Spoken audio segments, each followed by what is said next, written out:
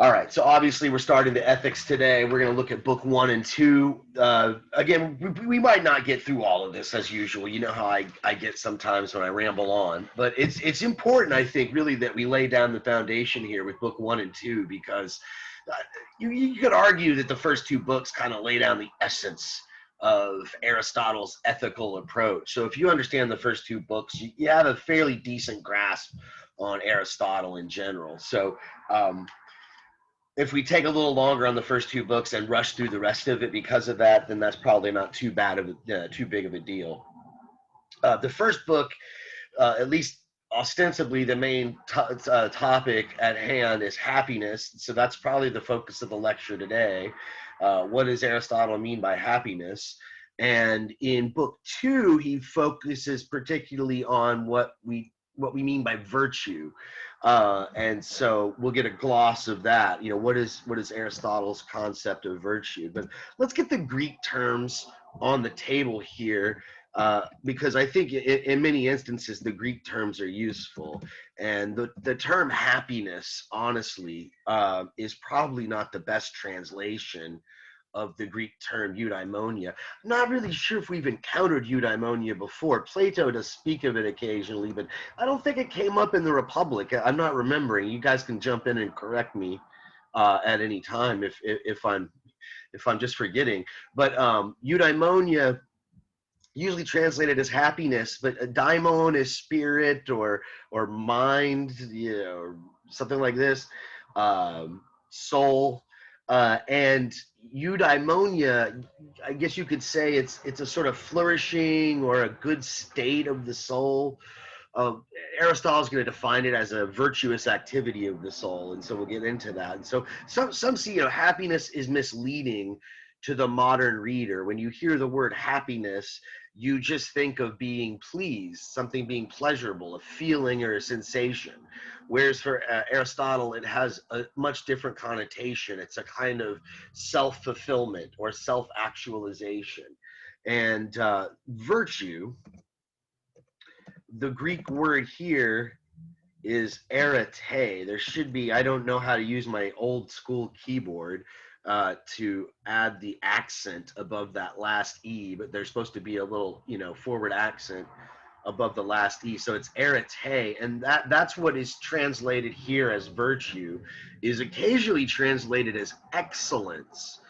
And this is curious of this translation because they use both terms, virtue and excellence.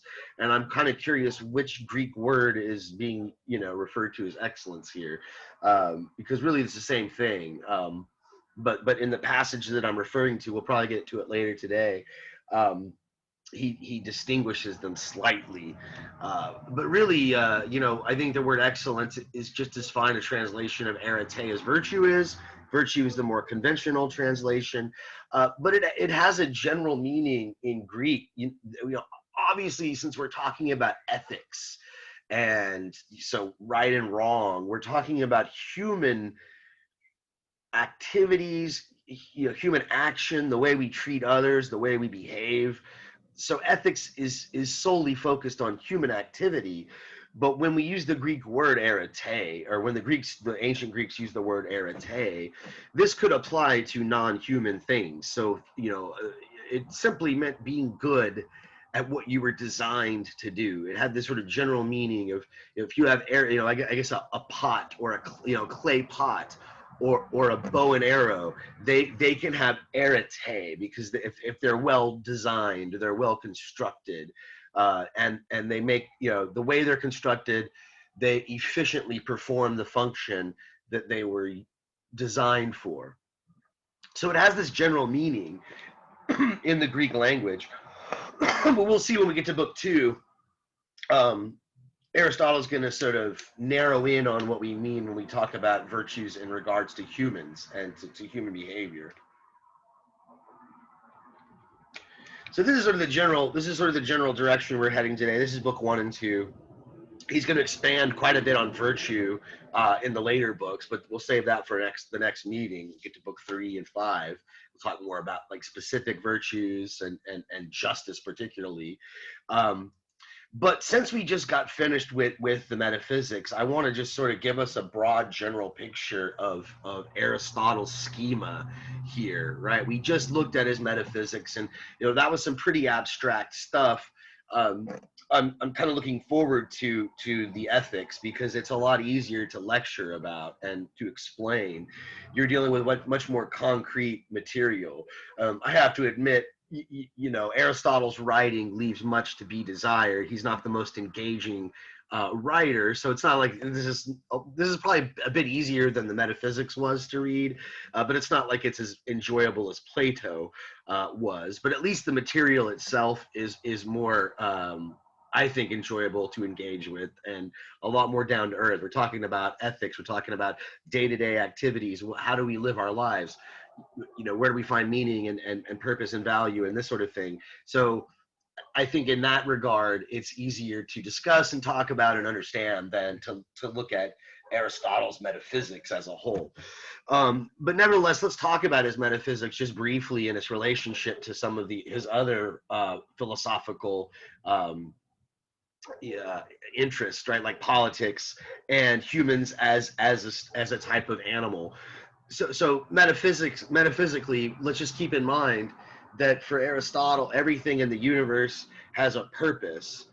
So it has everything has a function or a telos. Remember, he has this teleological approach to just about everything, right? I mean, that's the most, for him, that's the main thing to understanding is understanding what something is for. And I can't spell teleological. Let's see, teleological. Okay, there we go. That's better. So he has a teleological metaphysics. In other words, everything has a purpose, has an aim, has a function. Even the most insignificant seeming pebble or rock has a function in the great scheme of things. And really everything is also for something else. So, a plant, a seed grows and develops into a tree or a plant of some sort, and that plant provides nourishment for a higher order of being, like an animal, and the animal provides, protection if it's like a guard dog, or food if it's a cattle or something, if it was a piece of cattle, for human beings, which is a higher form of life, has a higher aim, and this sort of thing. So the whole universe is this connected system of aims being fulfilled by these particular things. And when these things fulfill their aim, fulfill their purpose, fulfill their function, that provides the basis for further development. Okay, so that's the basic Aristotle metaphysics, order of the cosmos. When we look at political structures, so now we're moving down to his sort of political framework. How does this apply to the polis, right? The city-state. For Aristotle, the polis was I suppose the polis was the most fully worked out political entity in his time. This is before the rise of the nation state. And so for Aristotle, he's thinking of great big cities like Athens. And so for him, that's the example of a political structure par excellence.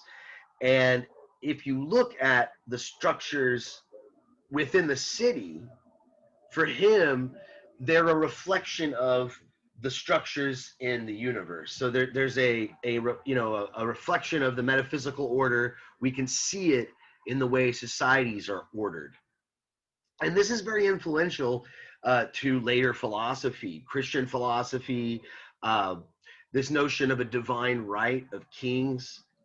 Is anyone familiar with this? Maybe I should type this into the chat box. The divine right of kings. Who's familiar with that concept? What's the divine right of kings?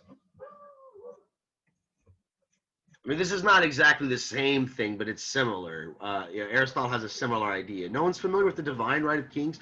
This is a concept you should have learned in your history class. In at least by high school, you should know what this is.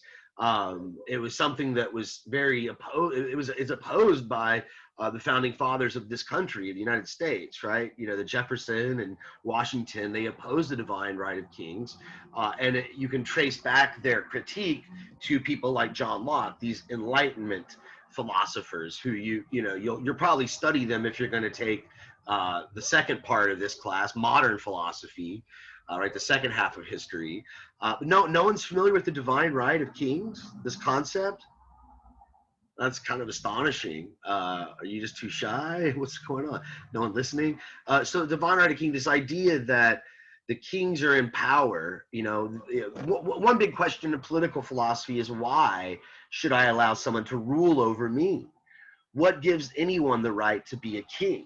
What gives anybody the right to have any power over anybody else and tell anybody what to do and write laws for anybody else? Well, one justification for that is that this is the way God wants it to be. So this is the idea of the divine right of kings.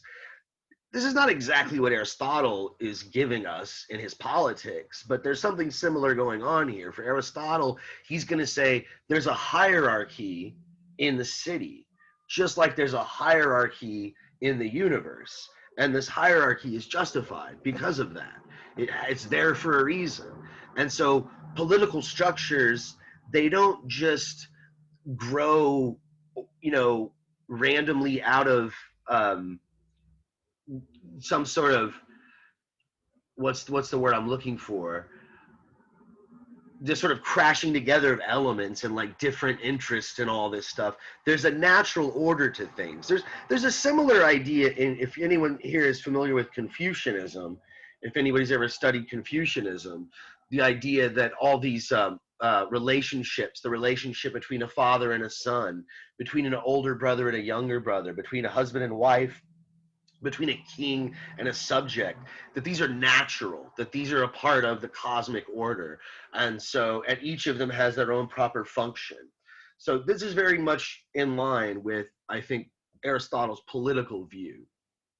And so when we look at human beings, for Aristotle, human beings can't really be understood apart from the political structures that we inhabit. Because, as he says, man is a political animal. We are a rational animal. Maybe you're familiar with this definition. I'm pretty sure I've mentioned it at one point, at least one point this semester, that, humans, what makes us different from all the other animals is that we have reason, that we're able to understand principles. We're able to act on principle. So we are rational, right? Rational animals. And because of our reason, we're not content with just basic bare necessities. We're not content with just eating and shelter. We need those things, just like animals. Some animals might need shelter, maybe a turtle, or some special animals don't need shelter, but in general, all living things need sustenance and things to live. But humans need something beyond that. We need a purpose beyond that, and we find that purpose in the context of the political structure that we inhabit in the polis. So we need a reason for being. And so if Aristotle is asked about what is going to make a particular human being virtuous, good, excellent, this is not something that he can answer straightforwardly. This is an approach to ethics that is going to be quite distinct from his predecessors, especially Plato. And as much as we talked about Plato's politics, we didn't really, I think, get into the nuts and bolts about Plato's ethics. It's hard to do that because Plato was never really 100% clear about his ethics. He didn't lay it out very systematically the way Aristotle did. A lot of the ethical questions that Aristotle deals with, Plato left those questions as just open questions. But certainly this idea that what is good is individual, so that there really is no universal account of what's good or virtuous, but it has to be particularized to each human being. You might see this as quite different from Plato. And we're going to get to this when we get to the reading. You know, when he starts to talk about the good and whether there is such a thing as the good itself, the form of the good, like Plato spoke, he seems to be very skeptical of this, and he even seems to think that if there is such a thing, if there is a form of the good, it's useless to us when it comes to ethics, because what we need to get out of our ethical theories is a sort of practice. We have to learn how to apply this to a particular case, to a particular situation, to a particular human being and their particular aims and their goals and their desires. And those are all very particular. A general account of the good itself, Aristotle argues, would be useless for such an enterprise. And so when I ask this question, you know, what makes a particular human being good, excellent, virtuous, there's no one size fits all really for Aristotle. He can give us a general definition of virtue, and we'll get to that when we get to book 2. But when we talk about the excellence of him or her, or this person or that person, it depends on the situation, depends on the context, depends on their place in the polis, in the political structure, and the aims of that structure and the aims of the individual, which ultimately for Aristotle, he doesn't really think that these two things should, the aims of the individual and the aims of society, these two things should never really be in conflict with one another. In a way, you could argue that that's something he shares with Plato. You know, even though maybe Aristotle's ideal society is different from Plato's ideal society, they both assume that in the best political structure, what's good for each individual is really also going to be good for the society as a whole, and vice versa. So whatever's good for the society as a whole is going to be good for the individual as well. So just to sort of finish this chart off here, I don't know. I'm really annoyed. I have to make sure the color coding is correct. Let's put a few arrows here under the particular human being, because as I said, there's a few factors that are involved when we're trying to determine what is the virtuous course of action for a particular human being in a particular situation, in a particular context. And one of the factors that we have to be aware of is, hold on a second, let me switch.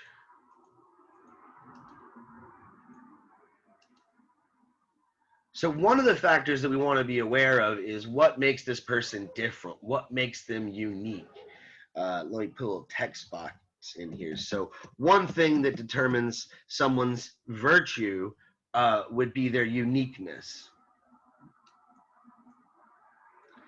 Another factor, so what makes that person different? What makes them different from other things? What separates them from other individuals, right? How am I different from the guy next door to me? Am I taller? Am I smarter? Am I stronger? Am I faster, slower? What am I good at? What am I not good at? You know, in a way, you might think of, back to the very beginning of the semester when we were getting into the Plato's Republic, and Socrates was envisioning the beginning of civilization, when we were all just sort of organizing for our basic needs, and how some people would gravitate towards certain tasks. Some people might be better at hunting animals. Some people are better at growing plants and nourishing, farming. Others are better at the crafts that, can create buildings. Others gravitate towards iron and steelwork and blacksmithing. And so they have this individual uniqueness that makes them gravitate towards a certain craft or certain techne or skill.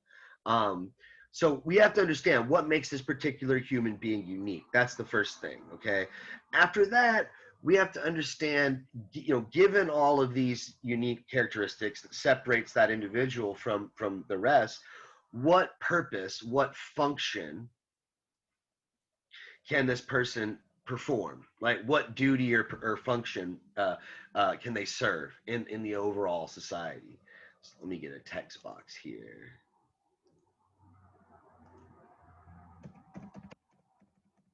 Okay, so that's the second element, right? When we're trying to determine sort of what's best in a certain course of action for a certain particular human being, what makes them excellent, what sort of behavior are they aiming for. Okay, we have to understand what makes them unique, what makes them apart from the rest. Given that uniqueness, what's their function?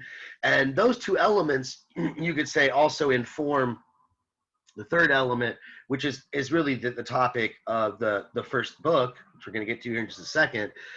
And we have to understand, what exactly is it about that individual that makes them happy? Okay. So what is their happiness? You know, if I'm the type of person who gravitates towards being a farmer, but they make me a soldier instead, am I going to be happy? No. Right? Or vice versa. If I gravitate towards being a soldier and make me a farmer, and that's, you know, and I have a capacity for farming. I don't have a capacity for being a soldier. I'm not really that great at it. I could probably do it if I forced myself to, but if I tried to farm, it would just come naturally to me. I'm not going to be happy. So that's this third leg that is essential here for Aristotle. And again, we're going to elaborate on this in just a minute when we get to book one. Before I do this, though, let me list. There's three things I want to list here because we just got finished covering the metaphysics, and so I think to help maybe give you a deeper understanding of Aristotle in general, not just the ethics, but kind of how his whole system works, his whole philosophical approach works. Let's kind of review a little bit. So remember, in the metaphysics, one of the things he spoke about quite extensively was this concept of substance. You know, for him, substance is what underlies everything that is.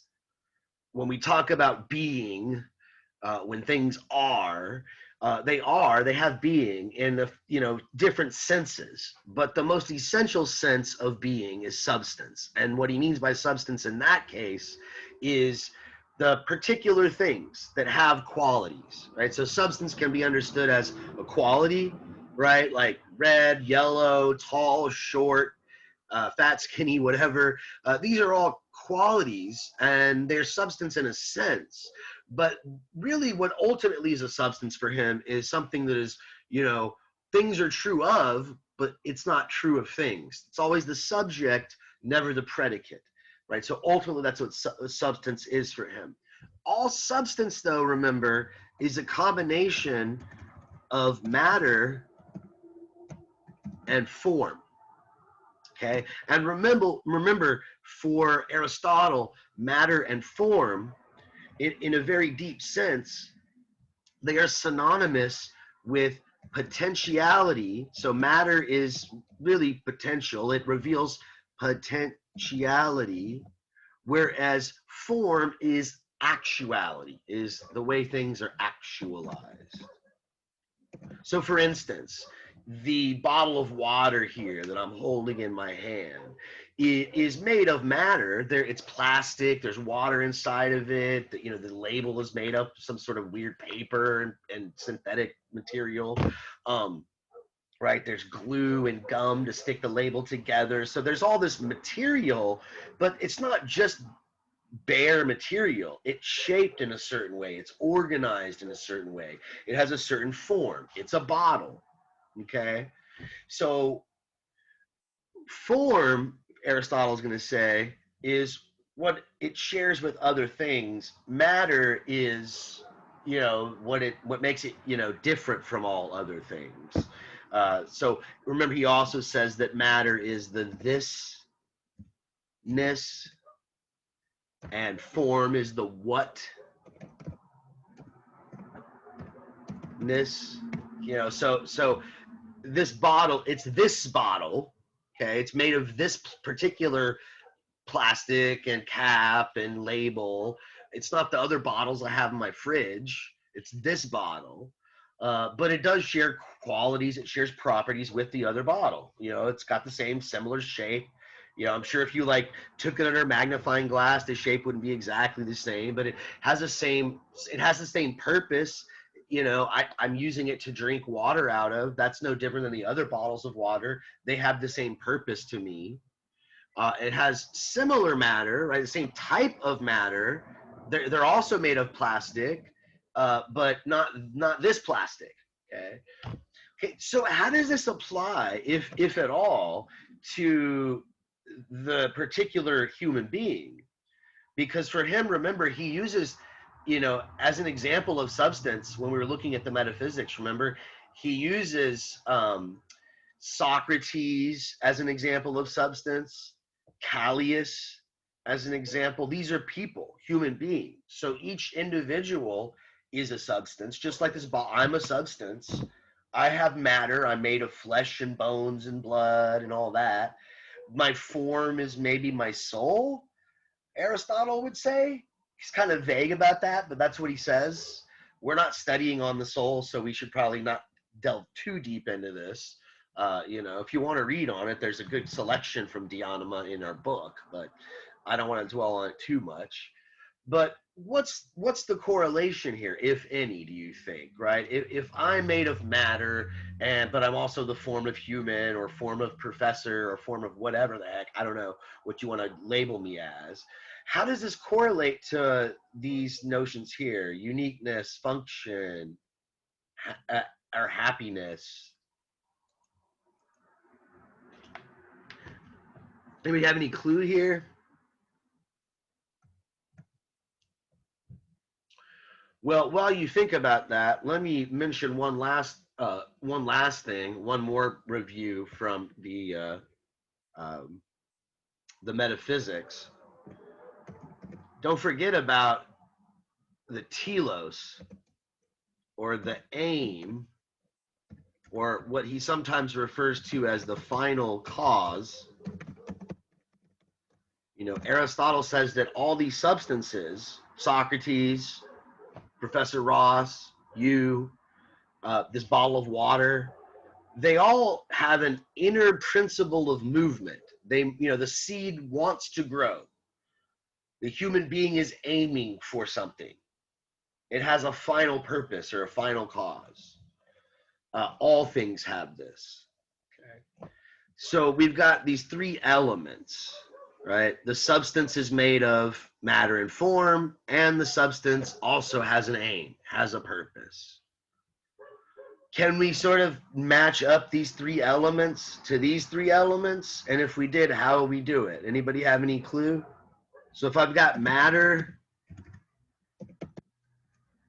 form, and the telos, right? All substances are matter and form together, right? You can't separate the two like Plato thinks. Form is always, in matter, right? It's in nature, it's in the things themselves, not separable. What goes with what, you think? Right? So again, we said the particular human being, there are things about him, this individual, that make them unique and different from other things. And given those unique characteristics, that will determine perhaps the function, the purpose, what they're good for. And isn't he going to go on to say that there's this final reason, the reason to like humans and beings, that this is the highest sort of substance, or and what is that? What is the highest reason? What is the highest aim for human beings? How do you say the word? It starts with an E. I guess you got here a little bit late. Yeah, we talked about it at the very beginning. It's eudaimonia, but it's translated as happiness. Yeah. So we're going to elaborate on it a little bit, but yes. So when we look at these three terms, uniqueness, function. Whoa, I just moved it. Didn't do that.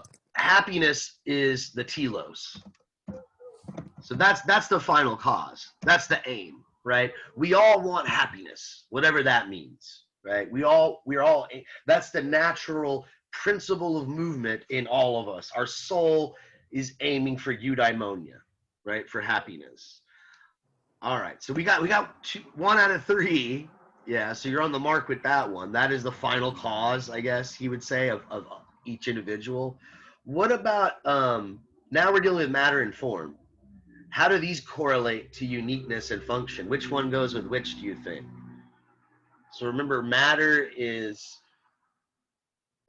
that's something that, the matter of this bottle is its own matter. It's separate from other bottles of water. It has its own matter.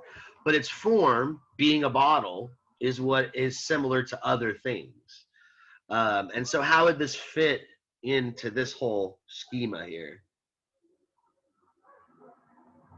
Which one is, which does uniqueness go with matter or form?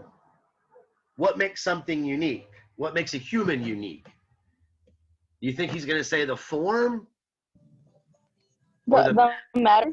yeah, the matter, right? Because I'm my own flesh and blood. I don't share flesh and blood with you, right? I mean, we have our own bodies, we have our own physical substance. So good. Yeah, so the matter correlates with the uniqueness. And because of our different material structures, we might have a different function, which that would be the form. But he's somewhat, you could argue he's somewhat simplistic, and you got to kind of forgive him for this maybe because he's living in simpler times compared to our society. But he seems to be a bit like he's a bit like Plato, in that he thinks there's a very limited amount of forms that humans can take.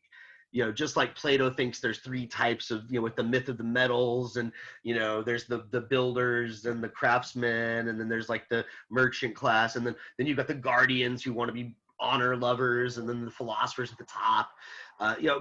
He borrows, I think, a bit of this from Plato. And so, yeah, there are certain forms. If you have a certain proclivity to building, you will be a builder. And through building, you will fulfill a function in the greater scheme of things, of society. And you will fulfill yourself. You will achieve eudaimonia, your highest aim, your telos. So that's basically Aristotle's approach to ethics in a nutshell.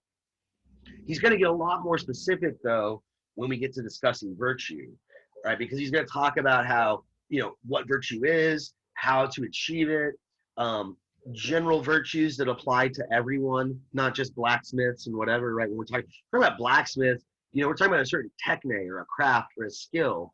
And he often uses these as analogous because there's a big similarity for him, there's a lot of similarity. There are a lot of parallels to learning a craft, to learning a skill, a techne, that's the Greek word, and to becoming virtuous. They're not exactly the same, but there's a lot of similarities, and we'll go through some of the similarities and a few of the differences as well.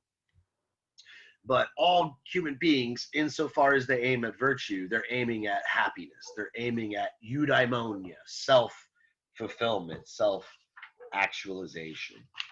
All right, well, I think I've done too much introduction. In fact, I think maybe I've given away too much of the story already.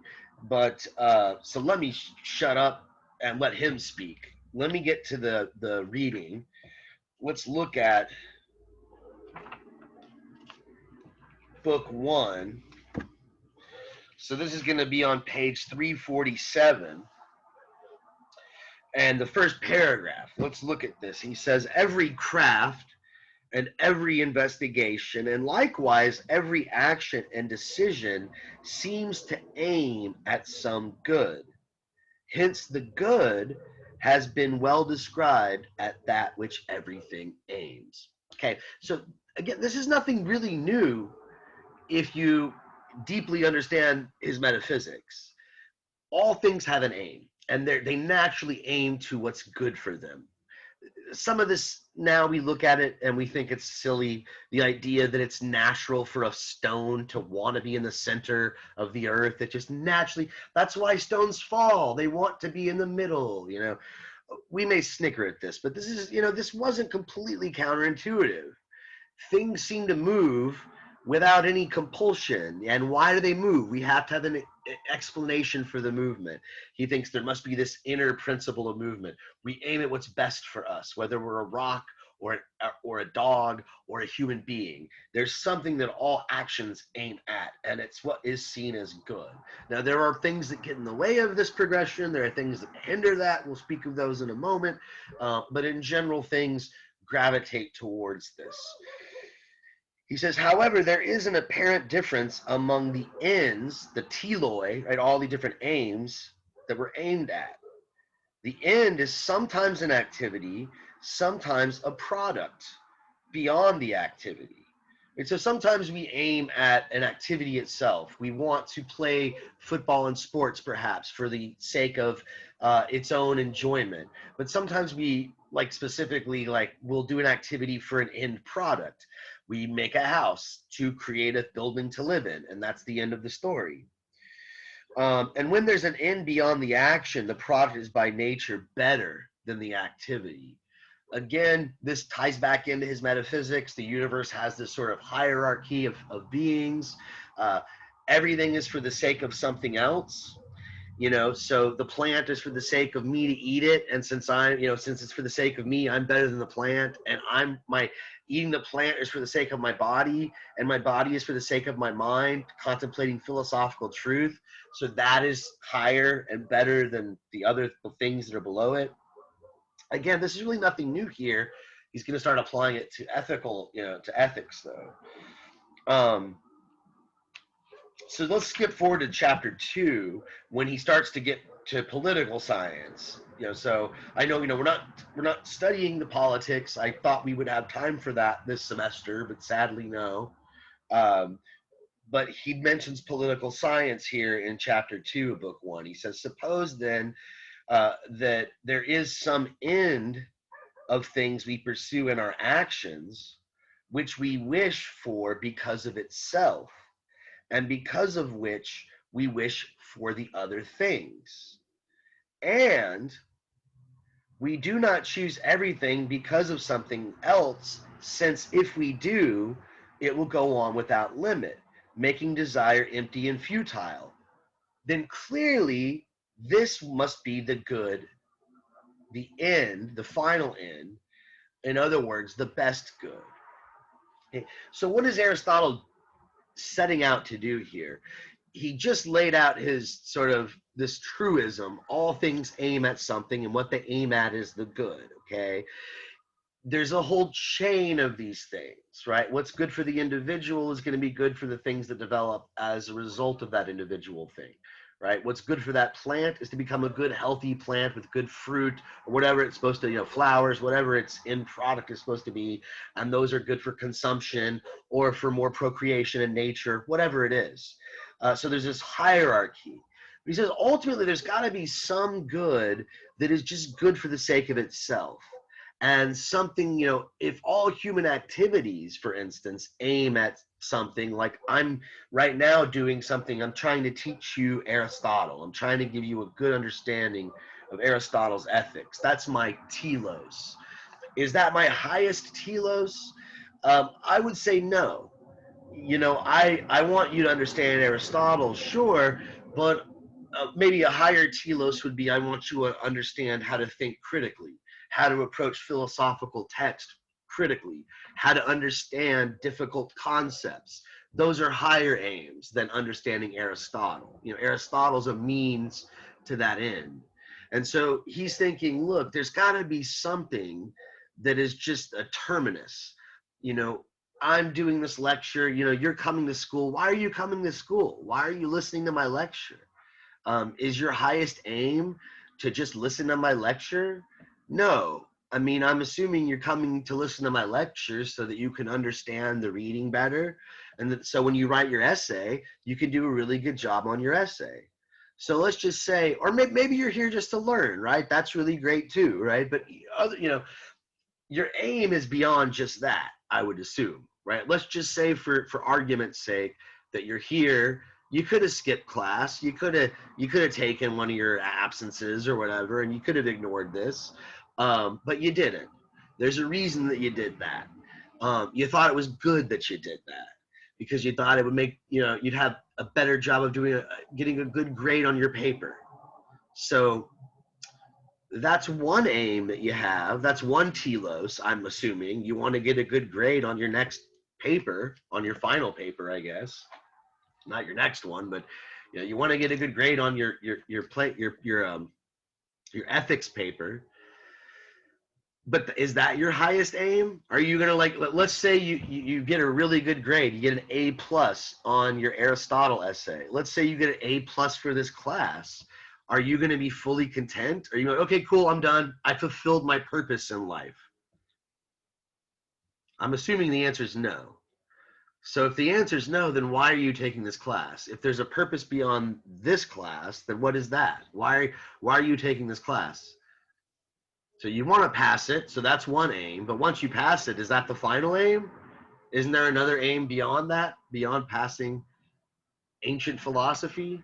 Maybe this is it. I hope not. I hope this is not the pinnacle of your life. I hope you're not going to just pass my class and be like, okay, I'm fulfilled. I passed ancient philosophy. Isn't there a further aim related to this? Why? And no one's got any answer for me, or y'all are all just like, I don't know why I'm here. That's a good question. Why am I taking this class? Are you having an existential crisis?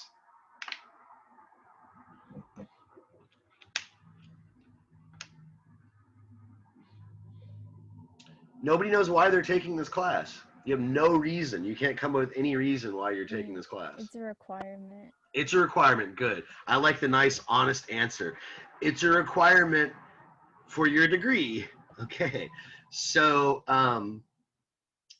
is that your highest aim, though, to get your degree? Why do you want to get your degree? What's the purpose of that? What's the reason to get a degree? Why would you want to get a degree? Why not just not get a degree?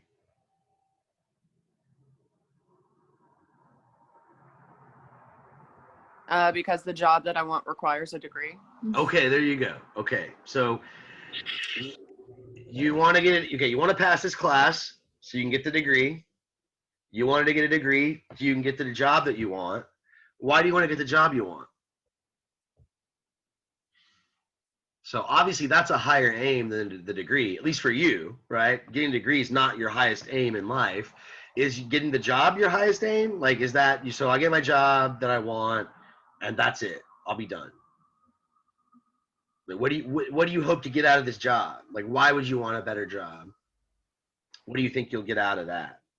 Is there a higher aim beyond that, or no? And maybe there's not. I'm asking seriously. Like, what?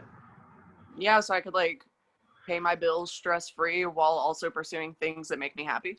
Cool. All right. Great. I love it. I thought I might have to ask you another question, but that last word, you ended it right there. Because for Aristotle, that's the end, right? So you want to have a better job, so you're more financially stable, so you're not stressed out about certain things. You can provide for your family, et cetera, because in that state, you'll be happy. You know, and so for him, all those things that you mentioned are important, but the last one is really essential, you know, because like if you didn't think that paying your bills, you know, if you didn't think all that stuff would bring you happiness, you wouldn't do any of those either, right? So you're assuming that these goals will get you to this state of happiness. So for Aristotle, we're going to see here in a minute his argument more or less for it is that this is, I pretty much gave you the argument, right? For him, it's the one thing that we want for the sake of itself. But not only that, we want everything else for the sake of it. You know, and is he wrong about that? I don't know. I think he's kind of right. It depends on how you define happiness. We'll get into the details of that here in a moment. But I mean, I'd be interested if anybody has any questions or objections to that. I once had a student one time, like I was asking, is there anything else that we want just for the sake of itself? Can you think of anything you want just for the sake of itself and not for the sake of something else? And he said, what about sex? You know? And I would say, I think Aristotle would say, yeah, but you're assuming that having sex will make you feel happy, I guess. Right? You could say the same about food. What about food? Don't you want food for the sake? Well, you want it because you know, if you don't eat, you're going to be pretty, you know, like miserable. So you need food. In a way, this gives us an inkling of how Aristotle is also a little bit different from Plato. I argued, and maybe I made too strong a case for this, but I argued that Plato, you know, his ethical approach tends to be ascetic. He seems to advocate for some more or less form of asceticism. You know, it might not be the most extreme form of asceticism, but this idea that pleasure is kind of bad, like feeling good is not good. You know, you shouldn't overindulge in the pleasures, unless you're talking about intellectual fascination with things and just learning knowledge and the pleasure of doing philosophy. But the sort of bodily and sensual pleasures, we need to detach ourselves from those things.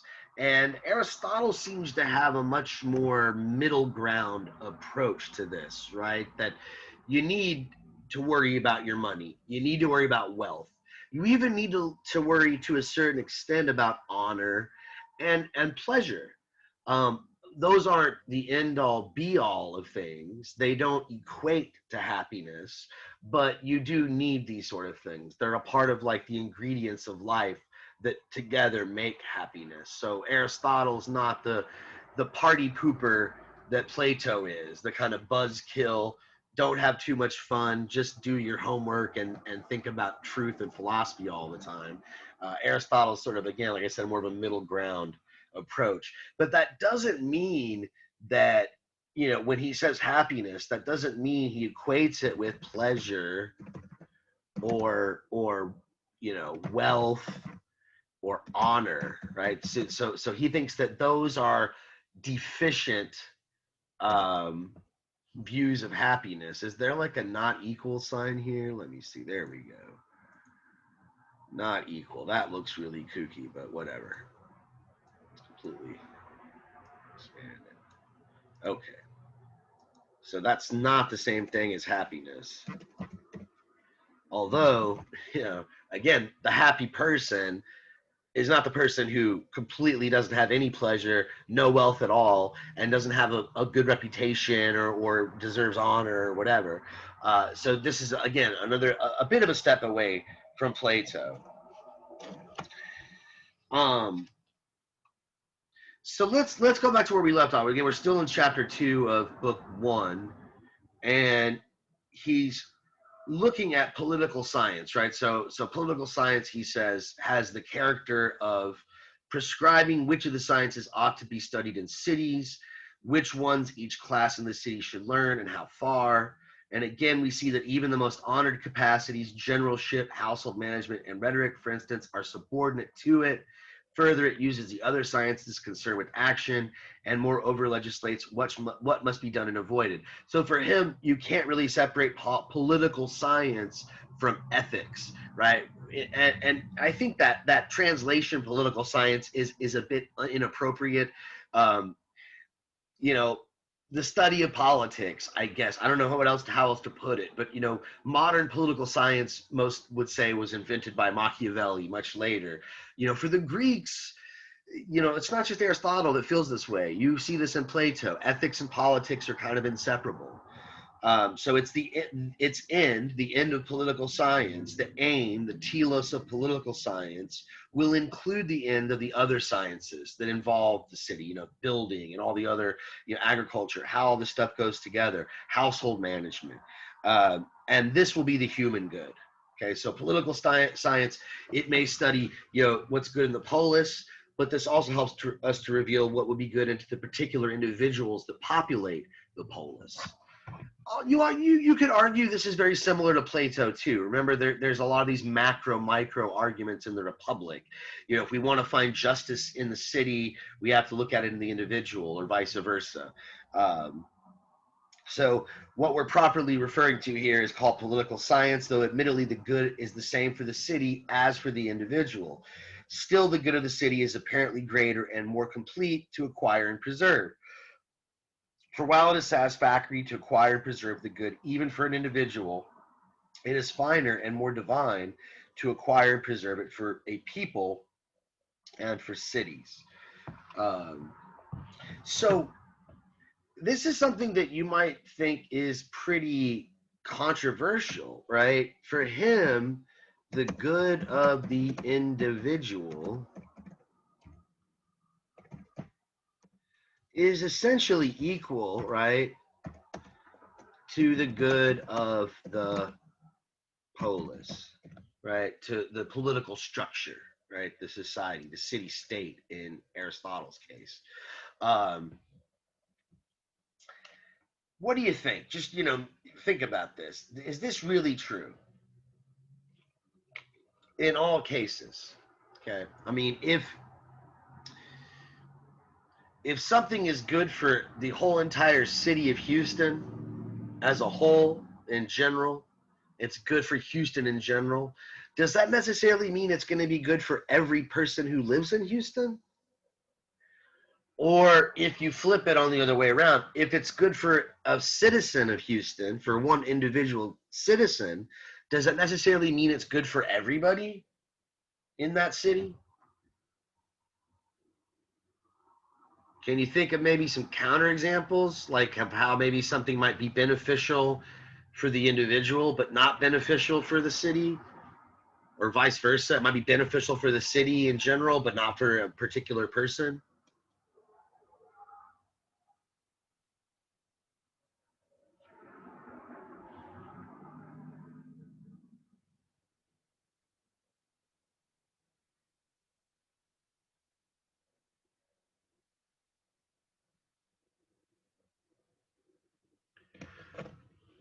So what if I just like set up a scam where I made a lot of money off people by ripping them off and I got away with it?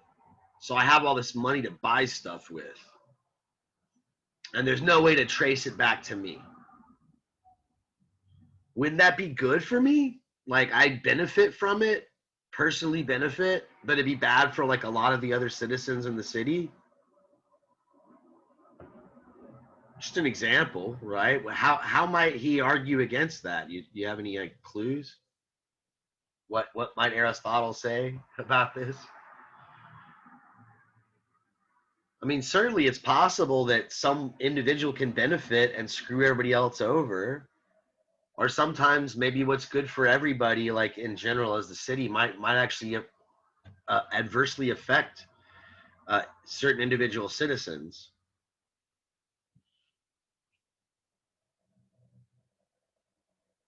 You can't think of any examples? I gave one. You can't think of any other examples, right? So it's like a Ponzi scheme. Some guy's ripping a bunch of people off. Can anybody think about an example like the opposite, where maybe like something might be good for society, but like certain people might not like it? It might not be good for them. You can't think of anything contemporary, like a contemporary political issue, something recent maybe.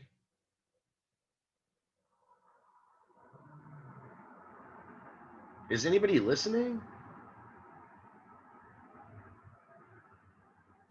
Yeah, I'm listening. I just can't think of anything.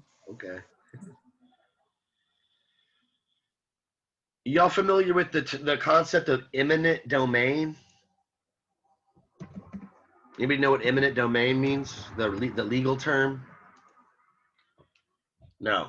Okay. Well, they can seize your property. The government can seize your property if you own land or something like that with the law of eminent domain. So, for instance, if they want to build a freeway, a highway, and it has to go through your land, and you don't want to sell it, they can force you to sell it. They'll sell it, buy it at market value or whatever, and force you to give up your property so they can build a highway. And you could argue, well, if you're a cattle rancher, that might really screw up your ranching. You won't be able to have like all your herd in this big, whatever. You'll have to split up your property in two because now you got a highway running across it. So that would actually be a pain in the ass to you and might cost you money and all this stuff. But obviously, I guess having a highway would be good for society, right? Everybody else would get to work faster. There'd be more commerce. Maybe it would help the economy, etc. Right? So it seems like Aristotle's being a bit naive here to assume that what's good for the individual will automatically be good for the society, and vice versa. To try to defend him here. Well, does anybody else see a defense of him? How he might defend himself against these accusations? What might he say about these situations and how no, those aren't. He's either going to have to show that we're mistaken. Either they're not good for the individual or they're not good for society, one or the other. Or maybe there's a third alternative.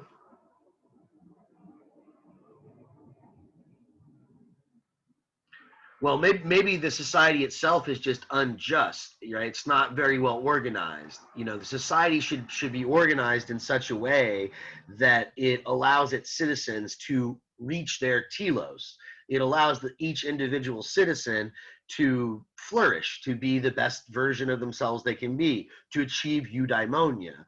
And so if a society is in conflict with that aim, it's not a just society. But Aristotle was pretty skeptical of these exceptions. He knew they were likely, or they would happen. You know, he mentioned Socrates was in the right, that Socrates was just, and even though Socrates was just, he was condemned by Athens to die. And so that's an example of an, you know, society being wrong. But usually the rules are there for a reason. Again, societies, the organization, the structures that we see in society, he's going to say they're there for a reason. They're not, the rules aren't just made up. There's a reason that they're there. So if the individual is somehow, you know, in conflict with the society, they're probably not being rational. They're not using reason to understand what their truly unique what their true uniqueness is. They're not performing their function properly, something like that. But in a just society, in a well-organized society, there really should be no conflict between the individual and the polis. You might think this is naive. Some of y'all don't seem to have anything to say about it, right? But you know, to me, it seems just on the face of it pretty naive. I'm just like, well, in his defense, though, you got to understand that he's dealing with a level of civilization that I hate to call it simpler. It's not that I'm not using that in a derogatory sense, like it was dumber, primitive, but the society he lived in was a lot more homogenous, is probably a better way of putting it. The people that were involved in it, it's not that there weren't political factions. It's not that there weren't, you know, political controversies in these Greek city-states. There were political factions. There were conservatives. There were more liberal-minded people and things. But overall, their culture, their religion, their mannerisms and things were very homogenous. And I think Aristotle would probably be blown away by contemporary societies, especially cities like Houston, that are so multicultural, where you have different conceptions of the universe, different understandings of politics, completely different ideologies, competing ideologies, you know, pro-choice, anti-abortion, you know, but we all live together, and it's not anarchy, it's not chaos. I think that Aristotle would find that hard to believe. You know, for him, it's like, well, you got to have a certain sort of unity, not too much unity. If there's too much unity, then everyone's the same, and there's not enough character, and there's not, you know, distinguished functions. But there has to be enough unity of purpose, so there's an overall telos of the society, and it allows each of the individual members to flourish in their own unique ways. So moving on to chapter 3, we're getting close to the end of class here, and I'm only like 3 chapters in. So I warned you, book 1 and 2 is going to take a lot longer than the rest of the book, because it kind of lays out the groundwork for almost everything else. So I'm sort of pissed off that I didn't get further today, but you know, I kind of foresaw this happening. But let's look at the beginning of chapter 3. He makes some comments here on the methodology. How is he going to approach ethics? Because every science, as he says, you know, whether and the word science is probably the word techne, or maybe episteme, but body of knowledge. Every body of knowledge that has rules and norms and things that are true about it, they have to be approached in a unique way, because each one studies its own topic, right? Its own sort of genus, its own species. So whatever the subject matter of the science is, needs to dictate the methodology and the amount of certainty that we should expect from that science. And so he comments on this, you know, how does this apply to ethics? He talks about this in chapter 3. He says, our discussion will be adequate if its degree of clarity fits the subject matter. For we would not seek the same degree of exactness in all sorts of arguments alike, any more than in the products of different crafts. Moreover, what is fine and what is just, the topics of inquiry in political science, they differ and vary so much that they seem to rest on convention only, not on nature. Goods, however, also vary in the same sort of way, since they cause harm to many people. For it's happened that some people have been destroyed because of their wealth, others because of their bravery. Since these, then, are the sorts of things that we argue from and about, it will be satisfactory if we can indicate the truth roughly and in outline. Since, that is to say, we argue from and about what holds good usually, but not universally, it will be satisfactory if we can draw conclusions of the same sort. So what is he saying here is that ethics is not a universal science in the sense that mathematics is. The sort of truths that we get are going to be general, right? Because what's right and what's good and what's just might differ amongst different situations and different polis and different political structures. And so we have to approach the subject matter with this in mind. As he puts it, you should only expect as much certainty out of the science as the subject matter allows. And ethics, there's a lot of gray area. It's not like mathematics where there's just a right answer and it's just always that right answer. There's a lot of gray area here. And so that's the sort of thing we should expect. The kind of conclusions that we reach are conclusions that are going to be true in most cases, primarily the case, but there always are going to be exceptions. These are not universal absolutes. Each of our claims then ought to be accepted in the same way, as claiming to hold good usually, since the educated person seeks exactness in each area just to the extent that the nature of the subject allows, right? And again, the nature of ethics, it's a lot of gray area, so we shouldn't expect super definitive answers, right? Just a general outline of what constitutes virtue, what constitutes good behavior, etc. So we're going to get more into happiness. I didn't cover nearly enough about it. I thought I'd get at least into that today, but that's what's going to be primarily the focus of the rest of book 1.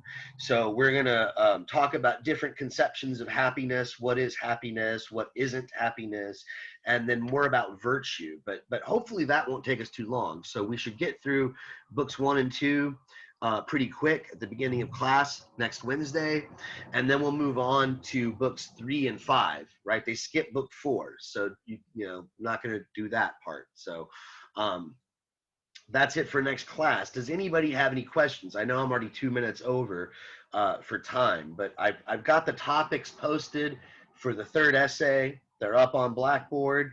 I'll post topics for the Nicomachean Ethics. I'll post those probably sometime this week by Friday or Saturday.